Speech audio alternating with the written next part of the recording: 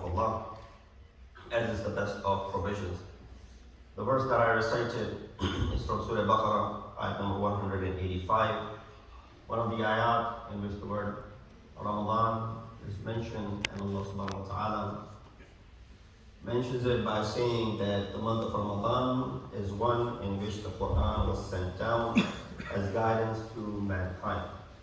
This ayat and the subsequent ayat in the Quran mention some of the ahkam pertaining to fasting during the month of Ramadan. Of course, Ramadan, what is Ramadan? Ramadan is the month of mandatory fasting for all able adults without valid exceptions. Simply stated, fasting in Ramadan is the act of complete abstention from food, drink, smoking, intimate spousal relationships from dawn to sunset, and every day for the whole month, for the entire 30 days or 29 days of the month of Ramadan. What is Ramadan? And these are the basic explanations of it. What I'm clearly speaking about fasting in the month of Ramadan, as the verse that I recited for you, 185, it says toward the end that God does not want hardship for you, does not want to make it difficult for you, but He wants it to make it easy for you. لا يريد بكم العسر ولا يريد ويريد بكم اليسر. Therefore, we understand that how sometimes you would look at that fasting is nothing but difficulty, while Allah subhanahu wa ta'ala is saying, on the contrary, that He wants to make it easy for you. As in all rituals, and for what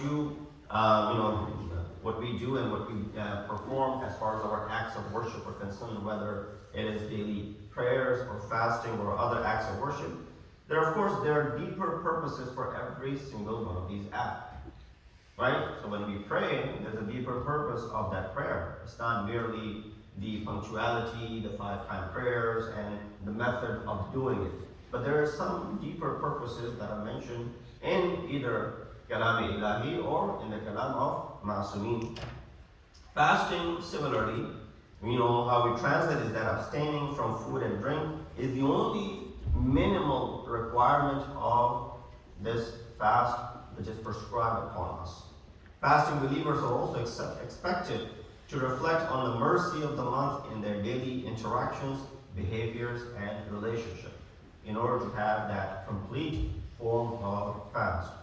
What is Ramadan? By changing their daily regimen for a month, they are expected to change themselves by breaking bad and harmful habits. That's what really the meaning and the essence of Ramadan is.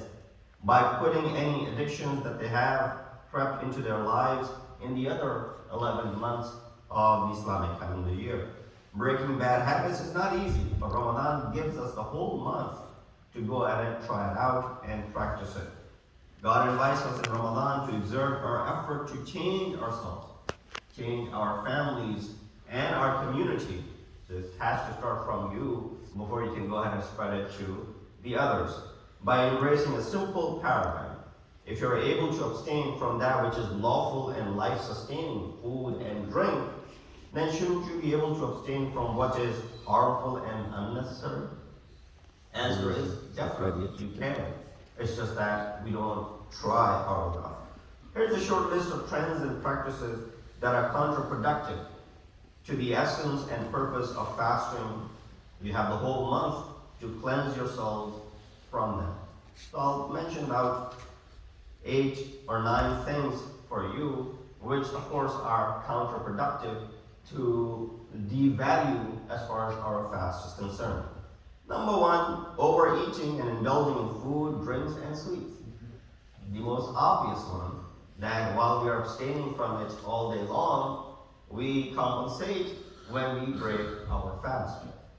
Fasting should teach us self-control, discipline over our bodies and over what we consume. We should eat in moderation after breaking the fast and try at the same time to lose some weight as well. Focus on nutrition, not junk, fatty, or high-calorie food. Eat local, seasonal, halal, wholesome, and green. That should be the model. Number 2, doing what is harmful. So while you're fasting, there's the possibility We hear all these riwayat and traditions that talk about that shaitan is put into prison and he's in shackles and he cannot, deviate anyone, he cannot mislead anyone, yet we see that we are still falling short and we are prey and victim to shaitan's stronghold. So doing what is harmful is something which is counterproductive to the month of Ramadan as well. The concept of sin or haram in Islam includes all what can harm self, family, community, nature. So it's not just what is harmful to you personally, but what is also harmful to your family. Oh, ya ayyuhal ladhina amanu. Allahu Akbar.